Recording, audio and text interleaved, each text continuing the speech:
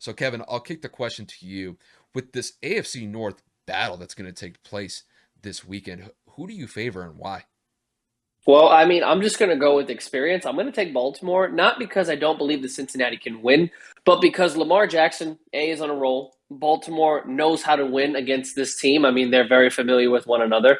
And not to mention, I just feel like Lamar and this team on the ground are just pretty much unstoppable. I mean, it's like we talked about last week, whether it's Latavius Murray, Le'Veon Bell, Devontae Freeman, Lamar Jackson, they just genuinely have a four-headed monster, and a lot of them just can't seem to be stopped. And correct me if I'm wrong, I'm not too keen on the statistics behind Cincinnati's defense, but I'm pretty sure they're not the greatest at stopping the run. So I'm just going to put it out there that I think Lamar Jackson is going to have an overall good game, maybe about 300 total yards or so, maybe about 2, 3 touchdowns.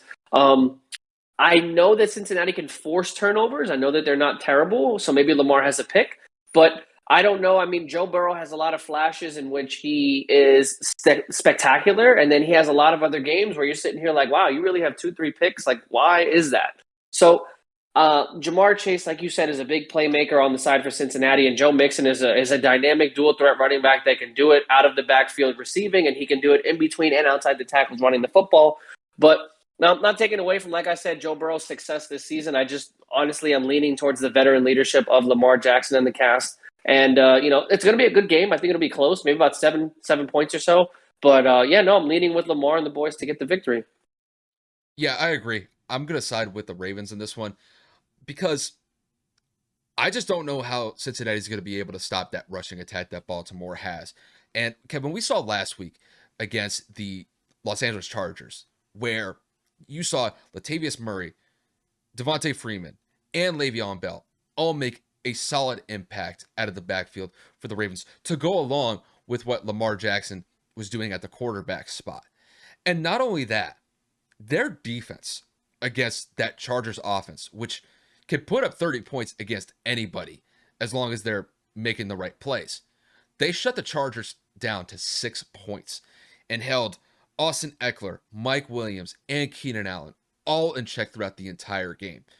And when I look at Cincinnati going into this game against Baltimore, they definitely have playmakers like with Jamar Chase, with Joe Mixon, CJ Uzama. Like these guys can play.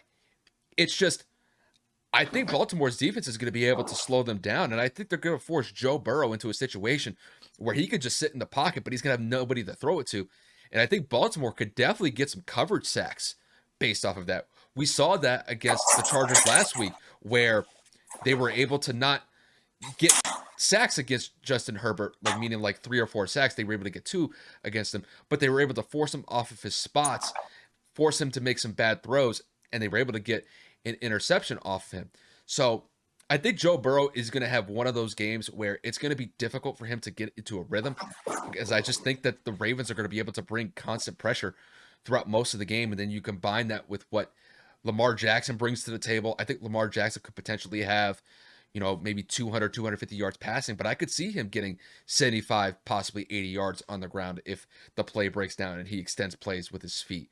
So if you're Cincinnati, you definitely got to focus on containing Lamar Jackson and slowing down that rushing attack and just forcing Lamar Jackson to beat you through the air, which, to be quite honest with you, he could do that too. He was able to do that against Indianapolis a couple weeks ago, but that's the one part of Lamar's game where it is kind of up and down. And if that's Cincinnati's key, they got to focus on trying to make that happen and try to slow him down in the passing game if you force him into a situation where you contain him.